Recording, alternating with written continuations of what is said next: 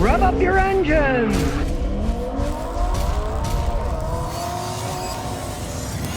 The chip shortage, the gift that keeps on giving, Toyota now has to build 100,000 less cars the next month because of the Shanghai shortage. Now, a bunch of this is from the COVID lockdown. They can't get the parts, they can't get chips. So now they're going to make 100,000 less cars this month. Now, Toyota claims they're still going to make the same amount over the year. Nobody knows how they're going to do it. But they were planning on making 850,000 cars this coming June.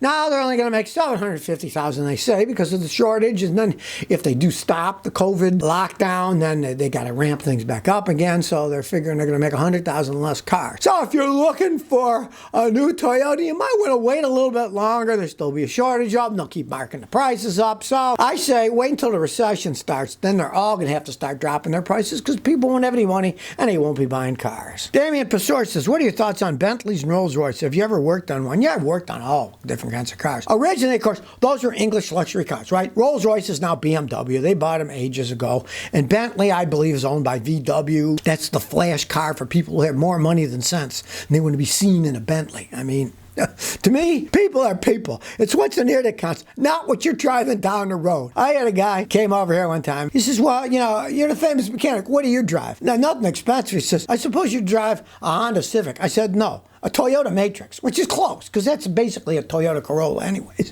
which is about the same as a Honda Civic. I don't want things that fall apart. They look good enough. They ride fine. They don't burn much gas. Doesn't burn any oil, even though it's got 90,000 miles on it. I stick to things that make sense. Benny the Jet says, Scotty, what are your thoughts on a Honda S2000 as an everyday driver? Honda makes excellent cars.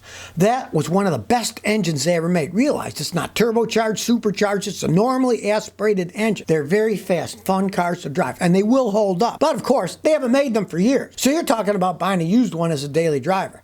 It would depend on how it was taken care of, who drove it. If it was somebody who's a conservative driver, yeah, sure, it could last forever. If it was some maniac who was doing burnouts all the time, taking it to the drag strip, no, it's going to be all worn out.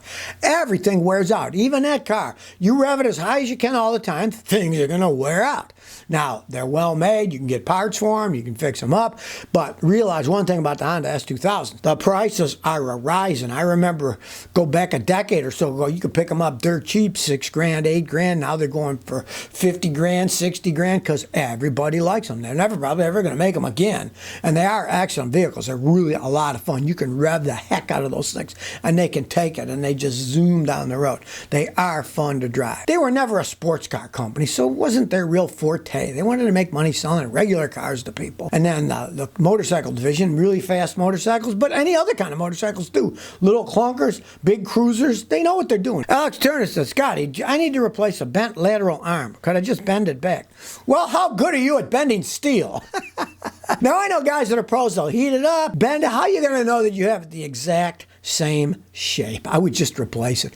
You have no idea. Because, I mean, ages ago, my wife got in a wreck, and at bent arm, the guy straightened the body shop. From then on, the car sat a little crooked all the time. I noticed. You walk behind it, see it going down the road, you can see it's a little bit crooked. They didn't get it right. You might as well just buy another one. They're not all that expensive, because how are you going to get it perfect? We're talking about a thousandth of inch here, a thousandth. You can't just eyeball. Oh, that's close enough. You can buy aftermarket. You don't have to go to the dealer and buy an outrageously expensive one. George Strobel says, Scotty, what's your opinion on the Honda Element? If you like squarish rectangular vehicles, buy one. They can run forever. Now, they are a heck of a lot more fun if you get their 5-speed standard. The automatics go, but they're kind of boring. They're a little bit underpowered. You know, originally they made them the way they are with those doors and stuff because they got some ideas from California surfers, and they wanted something they could open up, put short surfboards inside, and then they had all the interior all just rubberized and plastic, so when you got home from the beach, you could just go in the back of the car and you get a hose and hose it all out the side doors and not have to worry about ruining rugs. They're well made. If you like that vehicle, just realize one thing. They ride relatively rough because of their short wheelbase and size. If you want a really smooth riding car, don't get one of those. I get people bought them and they love the car and they said, can you make it ride smoother? I said, no. I tried all kinds of different shocks and stuff. Doesn't matter.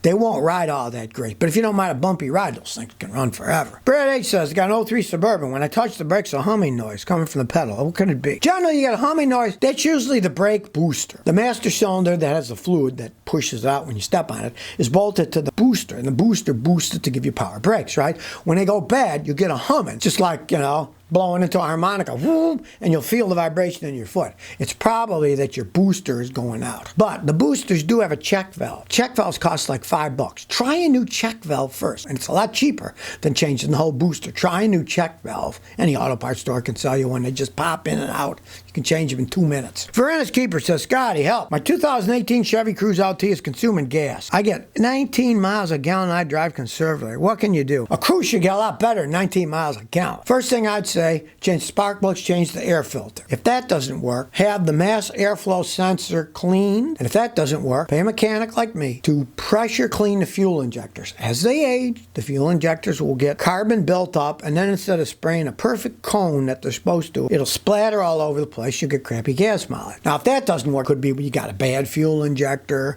It could be you got a bad mass airflow sensor, and that needs to be replaced.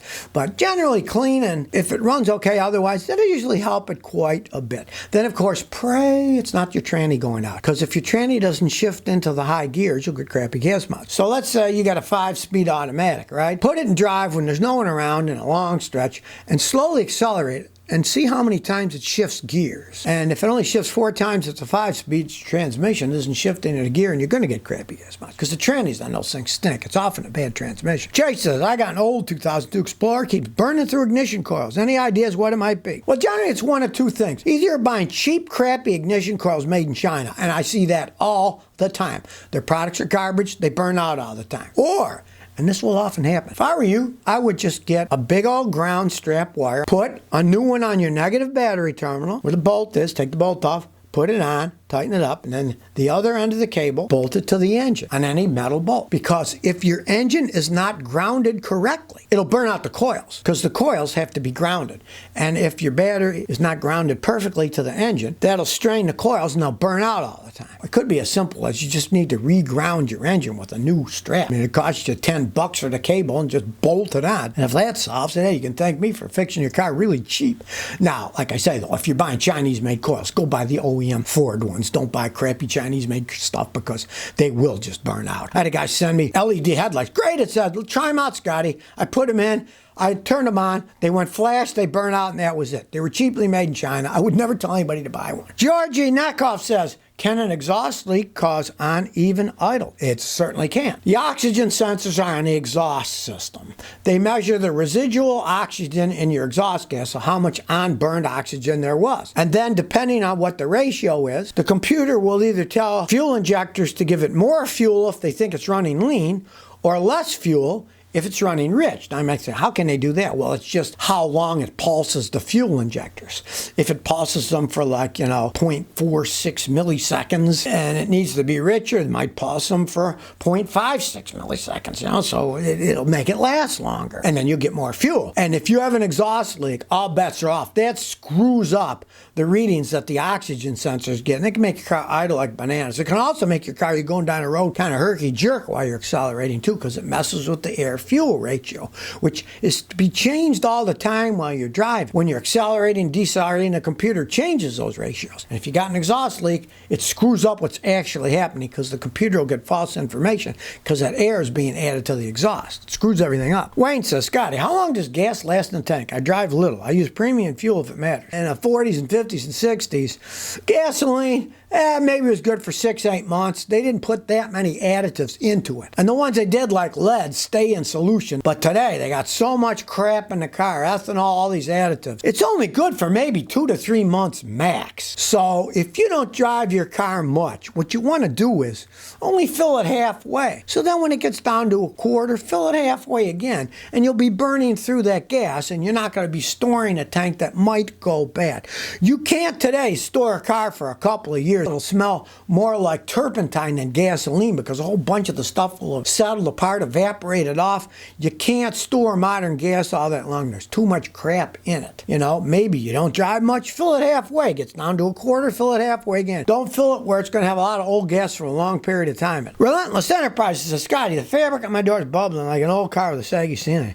Some I can fix. Or should you leave it to a pro? Probably leave it to a pro. Those things on the inside of your door, they're called door cards because they come out out like a card. Sometimes you better go to a junkyard, try to find a used one that looks good. They'll sell you a door card if they got one. Or leave it to a pro to try to do it over, because it's not that easy. Same thing as doing the headliners. Pay a pro. I mean, there's guys that work for a lot of body shops, and they know how to do those headliners fast, and they do a good price. I mean, I've seen people put thumbtacks and try glue in their sagging. They look horrible. You're better to pay a pro to do it on something like that. So if you never want to miss another one of my new car repair videos, remember to ring that bell.